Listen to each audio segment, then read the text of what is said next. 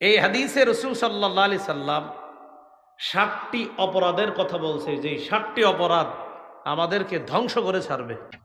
ক্বালা রাসূলুল্লাহ সাল্লাল্লাহু আলাইহি ওয়াসাল্লাম ইজতানিবুস সাবআল মুবিকাত। নবী বলেন ৭টি ধ্বংসাত্মক অপরাধ থেকে বাঁচো। ৭টি অপরাধ এমন যে অপরাধগুলা মানুষকে ধ্বংস করে দেয়। ক্বালু ওয়া মা হুন্না ইয়া রাসূলাল্লাহ, এই ৭টি অপরাধ কি আপনার কাছে জানতে চাই। নবীজি বলেন ১ নাম্বার আশ-শিরকু বিল্লাহ, আল্লাহর সাথে শিরক করা।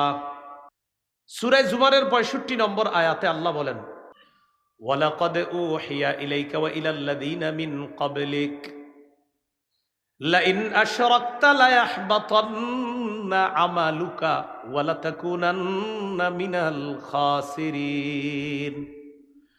নবী আপনার প্রতি আপনার পূর্ববর্তীদের প্রতি এই মর্মে ওহী প্রেরণ করা হয়েছে, যদি আপনি শিরক করেন আপনার আমলনামা বরবাদ। যদি আপনি শিরক করেন, নবী যদি আপনি শিরক করেন, অবশ্যই অবশ্যই আপনার আমলনামা সব নষ্ট হয়ে যাবে। ২ নাম্বার ওয়াসসিহরু, জাদু করা। তাহলে ২ নাম্বার জাদু করা। জাদু আমরা কাউকে করব না, আমাদেরকেও যেন কেউ জাদু করতে না পারে, তাই বলেন সবাই তাই। ফজরের পর ৩ বার কুল হু আল্লাহ, ৩ বার কুল আউযু বিরাব্বিল ফালাক, ৩ বার নাস। তাহলে ৩টা সূরা কয়বার করে? ৩ বার। ৯ বার পড়ব, পড়ে এই যে দেখেন শুধু সামনের দিকে এভাবে। আপনি ফু না দিলেও কিচ্ছু হবে না, বাকি ঘুমের সময় ফু দিবেন। ঘুমের আগে আমলটা যখন করবেন তখন হাতে ফু দিবেন, এইভাবে ফু দিয়ে এই সামনের অংশটা এইভাবে মুছে দিবেন, সামনের অংশ। তাহলে ফজরের পরে ৩ বার কুল হু আল্লাহ, ৩ বার ফালাক, ৩ বার নাস। জোহরের পরে কুল হু আল্লাহ ১ বার, ফালাক ১ বার, নাস ১ বার। আসরের পরে কুল হু আল্লাহ ১ বার, ফালাক ১ বার, নাস ১ বার। মাগরিবের পরে কুল হু আল্লাহ ৩ বার, ফালাক ৩ বার, নাস ৩ বার। এশার পরে কুল হু আল্লাহ ১ বার, ফালাক ১ বার, নাস ১ বার। ৩ নাম্বার ওয়া কতলুন নাফসিল্লাতী হারামাল্লাহু ইল্লা বিল হক, অন্যায়ভাবে কাউকে হত্যা করা। নাসাইর বর্ণনায় আল্লাহ নবী বলেন মান কাতালা উসফুরান আবাসা আজ্জা ইলাল্লাহি ইয়াউমাল কিয়ামাহ। দুনিয়ার মধ্যে কেউ যদি একটা চড়ুই পাখিকে অনর্থক হত্যা করে, নবী বলেন কিয়ামতের ময়দানে ওই চড়ুই পাখি হত্যাকারীর বিরুদ্ধে মামলা করে বলবে, আল্লাহ এই ব্যক্তি কতালানি আবাসা, অনর্থক আমাকে হত্যা করেছে, ওয়ালাম ইয়াকতুলনি লিমান ফাআ, কোনো উপকারে আমাকে হত্যা করে নাই। মাবুদ যদি আমাকে হালাল পদ্ধতিতে জবাই করে খাইতো তাহলে ঠিক ছিল, কিন্তু এই ব্যক্তি আমাকে অনর্থক হত্যা করেছে, আমি বিচার চাই। ৪ নাম্বার বলবো, ৪ নাম্বারটা ওয়া আকলুর রিবা, সুদ খাওয়া। ৫ নাম্বার ওয়া আকলু মালিল ইয়াতীম, এতিমের সম্পদ অন্যায়ভাবে ভক্ষণ করা। বড় ভাই মারা গেছে, যাওয়ার পর তার ৩টা সন্তান এতিম।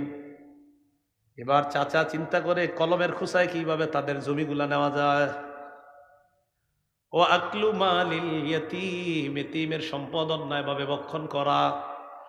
আল্লাহ বলেন ইন্নাল্লাযীনা ইয়াকুলুনা আমওয়ালাল ইয়াতামা যুলমা ইন্নামা ইয়াকুলুনা ফি বুতুনিহিম নারা ওয়া সায়াসলাউনা সাঈরা।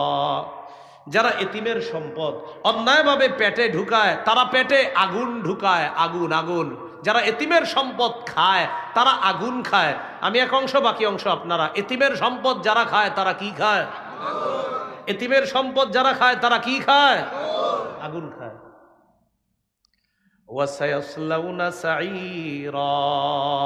পরকালে এরা প্রজ্বলিত আগুনে প্রবেশ করবে, জাহান্নামে প্রবেশ করবে।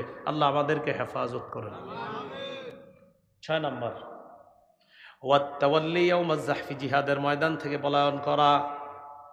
আল্লাহ যদি কখনো জিহাদের সুযোগ দেয়, ইনশাআল্লাহ আমরা স্বতঃস্ফূর্ত অংশগ্রহণ করব, পলায়ন করব না। নিয়ত আছে নি? ইনশাআল্লাহর আওয়াজ আসতে হবে।